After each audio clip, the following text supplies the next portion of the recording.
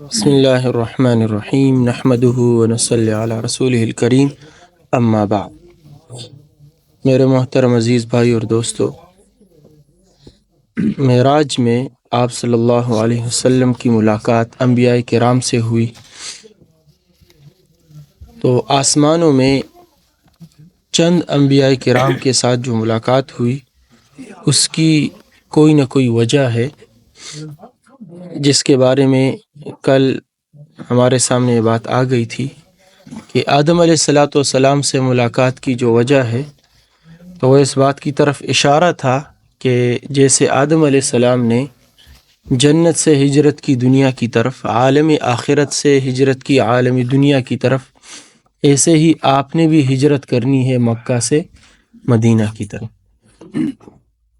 اور جیسے آدم علیہ السلام کو وہ جگہ مالوف تھی اور محبوب تھی، اور اس مالوف و محبوب جگہ کو چھوڑنا آدم علیہ السلام پر گراں اور دشوار تھا، تو ایسے ہی آپ پر بھی ہوگا، جیسا کہ ہوا بھی کہ آپ صلی اللہ علیہ وسلم نے فرمایا کہ اے مکہ، تجھ سے زیادہ پسندیدہ جگہ مجھے اور کوئی نظر نہیں آ رہی، اگر میری قوم مجھے تجھ سے نہ نکالتی تو میں کبھی بھی تجھ سے نہ نکلتا۔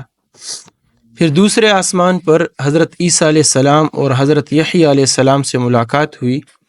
حدیث پاک میں آتا ہے، انا اقرب الناس بعیسی ابن مریم لیس بینی و بینہ نبی، میں تمام انبیاء میں عیسیٰ بن مریم کے سب سے زیادہ قریب ہوں، میرے اور ان کے درمیان میں کوئی نبی نہیں۔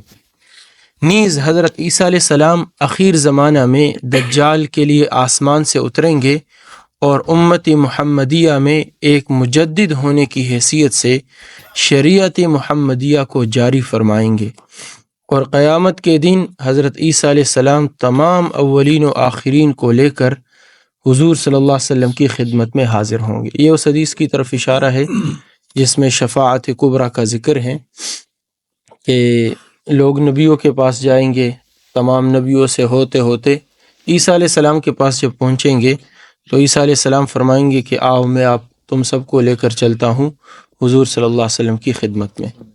تو حضور صلی اللہ علیہ وسلم کی خدمت میں حاضر ہونے کا جو سبب بنے وہ عیسیٰ علیہ السلام بنے، تو یہ بھی ایک نسبت ہے عیسیٰ علیہ السلام کے ساتھ۔ تو عیسیٰ علیہ السلام لوگوں کو، اولین و آخرین کو لے کر حضور کی خدمت میں حاضر کریں گے اور شفاعت کبریٰ کی درخواست کریں گے۔ ان وجوہ سے، یعنی ان ساری وجہ سے حضرت عیسیٰ علیہ السلام سے ملاقات کرائی گئی، اور حضرت یحییٰ علیہ السلام کی معیت کی وجہ محض قرابت نسبی ہے۔ وہاں حضرت یحییٰ علیہ السلام کیوں تھے عیسیٰ علیہ السلام کے ساتھ؟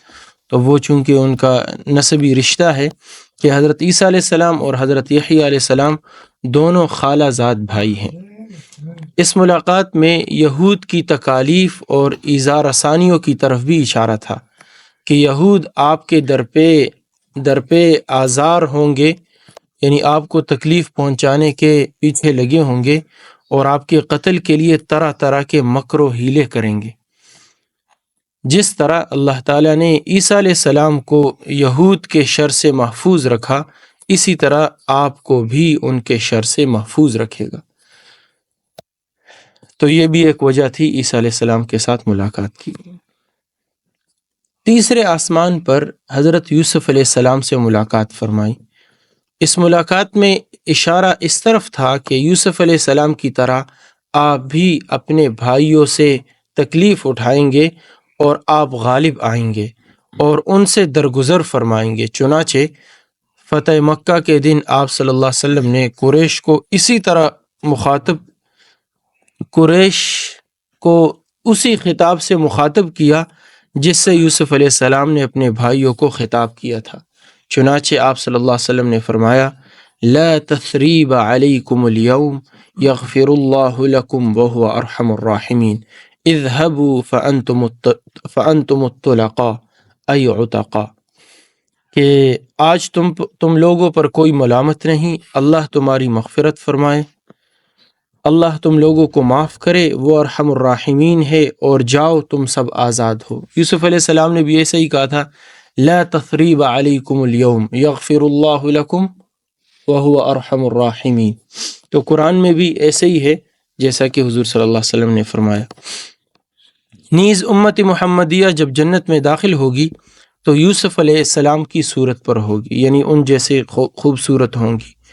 اور حضرت ادریس علیہ السلام سے ملاقات میں اس طرف اشارہ تھا کہ آپ سلاطین کو دعوت اسلام کے خطوط روانہ فرمائیں گے، کیونکہ خط و کتابت کے اول موجد، خط و کتابت کو شروع کرنے والے وہ ادریس علیہ السلام ہیں۔ نیز حضرت ادریس علیہ السلام کے بارے میں وَرَفَعْنَا مَكَانًا عَلِيًّا آیا ہے کہ ہم نے ان کو ایک بلند جگہ میں اٹھا لیا۔ ان کی ملاقات میں اس طرف اشارہ تھا کہ آپ کو بھی اللہ تعالیٰ رفعت و منزلت اور علو مرتبت عطا فرمائیں گے۔ یہ رفعت منزلت اور علو مرتبت عطا فرمائیں گے کہ آپ کو بھی اللہ تعالیٰ اونچا مقام نصیب فرمائیں گے۔ چنانچہ جب آپ نے شاہ روم کے نام والا نامہ تحریر فرمایا تو شاہ روم مرعوب ہو گیا، ڈر گیا۔ حضرت ہارون علیہ السلام کی ملاقات میں اس طرف اشارہ تھا کہ جس طرح سامری اور گوسالہ پرستوں نے، گوسالہ پرستوں وہ جو بچھڑا بنایا تھا تو اس کی جو پرستش کرنے والے ہیں ان کو گوسالہ پرستوں کہا، تو گوسالہ پرستوں نے حضرت ہارون علیہ السلام کے ارشاد سراپائے رشاد، یعنی وہ ارشاد جس میں سر سے پاؤں تک خیر ہی خیر ہے، اس پر عمل نہیں کیا، جس کا انجام یہ ہوا کہ اس ارتداد کی سزا میں قتل کیے گئے۔ اسی طرح جنگ بدر میں قریش کے 70 سردار مارے گئے اور 70 قید کیے گئے، اور غرنیین کو مرتد ہو جانے کی وجہ سے قتل کیا گیا۔ اور موسیٰ علیہ السلام کی ملاقات میں، چلو اس کی تھوڑی سی وضاحت کر لیتے ہیں کہ ہارون علیہ السلام سے جو ملاقات ہوئی تو وہ اس طرف اشارہ تھا کہ جیسے ہارون علیہ السلام کی بات ان کی قوم نے نہیں مانی تو اللہ کا یہ حکم ہوا کہ جن لوگوں نے بچھڑے کی عبادت نہیں کی، وہ لوگ جنہوں نے بچھڑے کی عبادت کی ہے ان کو قتل کریں، تب تمہاری معافی ہوگی جب تم قتل کر دیے جاؤ گے۔ اور پھر ایسے ہی ہوا کہ جنہوں نے عبادت نہیں کی تھی، وہ قرآن پاک میں آتا ہے وَإِذْ قَالَ مُوسَىٰ لِقَوْمِهِ يَا قَوْمِ جو پہلے سے پارے میں إِنَّكُمْ ظَلَمْتُمْ أَنفُسَكُمْ بِاتِّخَاذِكُمُ الْعِجْلَ فَتُوبُوا إِلَىٰ بَارِئِكُمْ فَاقْتُلُوا أَنفُسَكُمْ ذَلِكُمْ خَيْرٌ لَكُمْ عِنْدَ بَارِئِكُمْ۔ تو اس آیت میں اللہ تعالیٰ فرما رہے کہ تمہاری معافی یہ ہے کہ تم ایک دوسرے کو قتل کرو۔ ایک دوسرے کو قتل کرنے کا مطلب یہ ہے جنہوں نے عبادت نہیں کی وہ بچھڑے کی عبادت کرنے والوں کو قتل کرے، تب تمہاری معافی ہوگی۔ پھر ایسے ہی ہوا۔ تو ہارون علیہ السلام کے ساتھ ملاقات سے اس طرف اشارہ تھا کہ آپ صلی اللہ علیہ وسلم بھی ان کفار مکہ کو قتل کریں گے، جیسا کہ بدر کے موقع پر 70 سردار مارے گئے۔ اور دوسرا اس طرف بھی اشارہ تھا کہ غرنیین، یہ ایک حدیث ہے، حدیث غرنیین، مدینہ منورہ میں کچھ لوگ آئے، انہوں نے اپنے آپ کو مسلمان ظاہر کیا جبکہ وہ منافق تھے، مسلمان نہیں تھے۔ تو مدینہ منورہ کی آب و ہوا ان کو ساز نہیں آئی، ان کے پیٹ پھول گئے، ان کے رنگ زرد پڑ گئے، بیمار ہو گئے۔ حضور صلی اللہ علیہ وسلم کی خدمت میں حاضر ہوئے، آپ نے فرمایا کہ مدینہ سے باہر صدقہ کی اونٹنیاں اور اونٹ ہے، تم وہاں چلے جائے۔ تو جب وہ تندرست ہو گئے تو انہوں نے وہاں اونٹوں کے رکھوالوں کو قتل کر کے اور ان کے ہاتھ پاؤں کاٹ کر، ان کی آنکھوں میں گرم سلائیاں ڈال کر ان کو ایسے ہی چھوڑ دیا، تڑپ تڑپ کر وہ مر گئے رضی اللہ عنہم اجمعین، اور وہ بھاگ گئے۔ کسی طریقے سے آیا وحی کے ذریعے سے یا کسی کے خبر دینے سے حضور صلی اللہ علیہ وسلم تک اس واقعہ کی خبر پہنچی، آپ صلی اللہ علیہ وسلم نے صحابہ کو روانہ کیا اور وہ پکڑے گئے۔ تو اس طرف اشارہ تھا کہ جیسے ہارون علیہ السلام کی بات نہ ماننے کی وجہ سے بنی اسرائیل مرتد ہو گئے تھے، تو آپ کی یعنی مسلمانوں میں سے ایسے لوگ ظاہر ہوں گے جو کہ مرتد ہو جائیں گے، اور پھر آپ ان کو سزا دیں گے جیسا کہ بنی اسرائیل کو سزا دی گئی تھی، ان کو قتل کیا گیا تھا۔ تو یہ غرنیین کے مرتد ہونے کی طرف اشارہ تھا۔ حضرت موسیٰ علیہ السلام سے ملاقات میں اس طرف اشارہ تھا کہ جس طرح موسیٰ علیہ السلام ملک شام میں جبارین سے قتال و جہاد کے لیے گئے اور اللہ نے آپ کو فتح دی، اسی طرح آپ بھی ملک شام میں جہاد و قتال کے لیے داخل ہوں گے۔ چنانچہ آپ شام میں غزوہ تبوک کے لیے تشریف لے گئے اور دومت الجندل کے رئیس نے جزیہ دے کر صلح کرنے کی درخواست کی۔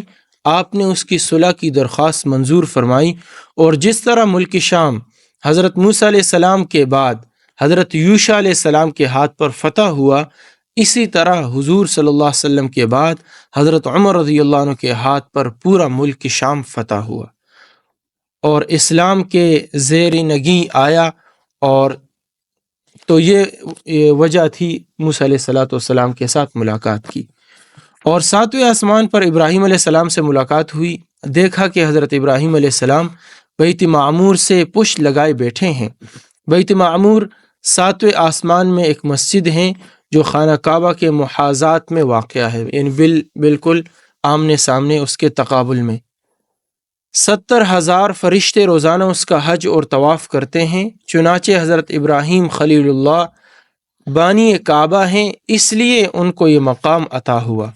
اس آخری ملاقات میں حجت الوداع کی طرف اشارہ تھا کہ حضور پرنور صلی اللہ علیہ وسلم وفات سے پیشتر حج بیت اللہ فرمائیں گے، اور علماء تعبیر کے نزدیک خواب میں حضرت ابراہیم علیہ السلام کی زیارت حج کی بشارت ہے۔ اگر کوئی ابراہیم علیہ السلام کو خواب میں دیکھ لے تو اس کو یہ بشارت دی جا رہی ہے کہ آپ انشاءاللہ حج کریں گے۔ دیکھ لیں، ابن منیر رحمۃ اللہ علیہ فرماتے ہیں کہ یہاں تک 7 معراجیں ہوئی۔